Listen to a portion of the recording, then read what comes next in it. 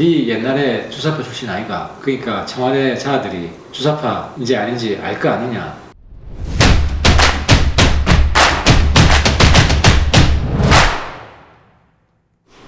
안녕하세요. 하태경TV의 하태경입니다. 오늘은 올해의 가짜뉴스 청와대는 주사파 정권이냐 이 주제로 하겠습니다. 많은 분들이 저한테 물어봅니다. 네 옛날에 주사파 출신 아이가? 그러니까 청와대 자들이 주사파인지 아닌지 알 거 아니냐. 제가 오늘 정답을 속 시원하게 알려드리겠습니다. 결론은요, 청와대는 전직 주사파 정권이다. 다시 말해서 현직 주사파 정권은 아니다. 그 전에 주사파가 뭐냐? 주사파는요, 북한의 주체 사상을 신봉하는 사람들입니다. 근데 이제 과거에 이제 주사파가 두 갈래로 갈리는데요. 하나가 진성 주사파. 진성 주사파는 두 가지를 다 수용하는 겁니다. 하나는 이제 수령주의입니다. 수령주의. 당시 주사파는 김일성이 북한의 지도자가 아니라 남북을 통틀은 한민족의 지도자로 수용을 했습니다. 그게 진성 주사파입니다. 거기에다가 북한에서 주장하는 민족해방, 민중민주주의 혁명론, 미군 철수시키고 한국을 사회주의 정권으로 만들겠다. 그러면은 진성 주사파 아닌 주사파도 있냐? 그게 바로 비주사 NL입니다. NL은 그 민족해방, 민중민주주의 혁명은 수용을 하되 수령주의는 수용을 안 하는 겁니다. 다시 말해서 김일성, 김정일, 김정은 자기의 지도자로는 인정을 안 하는 겁니다. 그 사람들은 북한의 지도자지 한국에 있는 한국 국민들의 지도자는 아니라는 겁니다. 수령은 아니라는 겁니다. 제가 대표적인 비주사 NL입니다. 진성 주사파는 누구냐? 대표적인 게 이석기인 겁니다. 통진당, 당권파. 그것 때문에 이제 통진당은 해산이 됐잖아요. 80년대에는 이 진성 주사파가 많았습니다. 이게 다수파였고 학생운동권에 그 안에 소수파가 저 같은 비주사 NL이었습니다. 근데 이제 비주사 NL도 요즘은 그냥 똑같이 주사파라고 부르는 겁니다. 저도 일일이 그냥 설명하기 귀찮아가지고 하태경은 주사파지. 처음에는 난 주사파는 아니고 비주사 NL이라고 답변하다가 요즘 귀찮아가지고 그냥 그럽니다. 그럼 청와대에 있는 운동권 출신들, 386들 대체로 이 비주사 NL이거나 아니면 진성 주사파거나 둘 중에 하나가 대부분입니다. 근데 문제는 80년대면 지금 30년 전 아닙니까? 30년 전의 생각을 지금도 똑같이 가지고 있냐. 그러니까 일본은 아직도 임종석 실장이 주사파 아니냐 아직도. 그래서 제가 한 번은 지금 주사파 아니다. 근데 이제 이런 반박을 하면 아니 하태경처럼 전향선을 한 적이 없지 않냐. 그냥 딱 깨놓고 30년 전에는 내가 주사파 했는데 지금 생각이 달라졌다 이러면 되지 않느냐. 이런 이야기를 안 하기 때문에 의심을 받는 겁니다. 근데 지금은 시간이 훨씬 많이 흘러가지고 생각이 지금 많이 변했어요. 실제로 많이 변했어요. 예를 들어 미군 철수하라는 이야기 안 하잖아요. 또 얼마 전에 임종석 실장이 민노총은 약자가 아니다. 민노총을 비판을 하지 않습니까? 그러니까 80년대랑 똑같은 생각을 가지고 있지 않아요.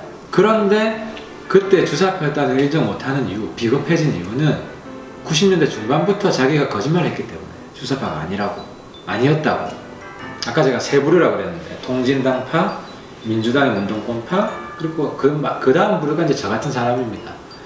공개적으로 전향 선언을 하고 나는 민족해방, 민중민주주의 혁명 이론 그런 거 버렸다. 사회주의 더 이상 추구하지 않는다.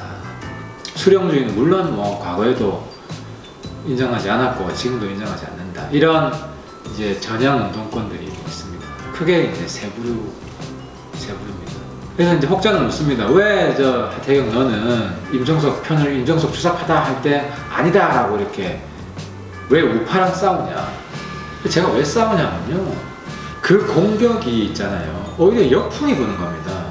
상대방을 아프게 하려면 그 당시에 같이 했던 사람들이 공감해야 됩니다.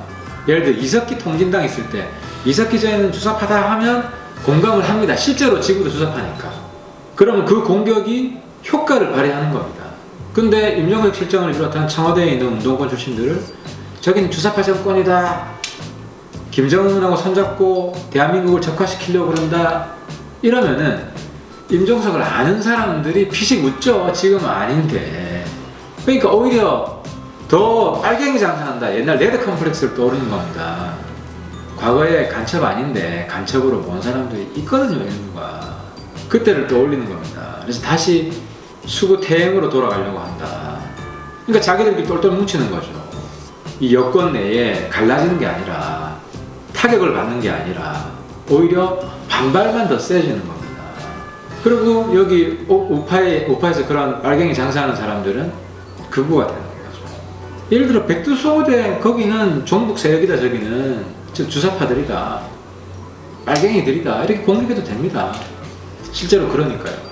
공감을 얻죠. 과거 80년대 운동가 출신들도 그건 다 인정을 하니까. 그래서 우리는 국민을 보고 정치를 합니다. 국민한테 지지를 받아야 됩니다. 그럼 정확해야 됩니다. 예리해야 됩니다.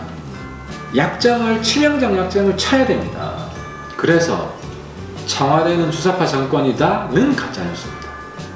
하지만 전직 주사파들은 맞다는, 이거는 가짜뉴스라고 하기 어렵습니다. 우리 보수가 시대에 맞게 혁신이 돼야 됩니다. 우리 보수 이제 미래로 나아가야 됩니다. 국민들에게 통합의 메시지, 혁신의 메시지를 줘야 됩니다.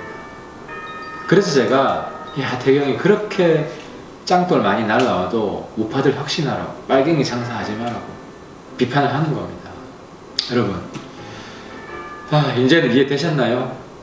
과거의 주사파, 현재의 주사파, 그 상황이 어떤지, 그리고 왜 하태가 청와대를 주사파 정권이라고 공격할 때, 우파 공격할 때 거기랑 싸우는지.